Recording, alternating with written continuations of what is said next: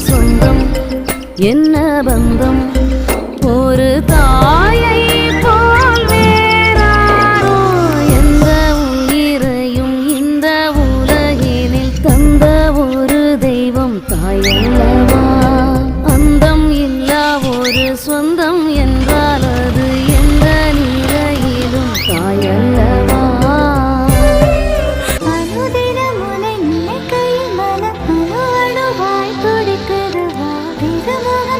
சிறுவீரம் கொண்டு பெருவழிகளை துடைத்திடவா மறுபடி உனை மடியினில் பெற கருவறை தவம் கிடக்கிறவா என்ன சொந்தம் என்ன பந்தம் ஒரு தாயை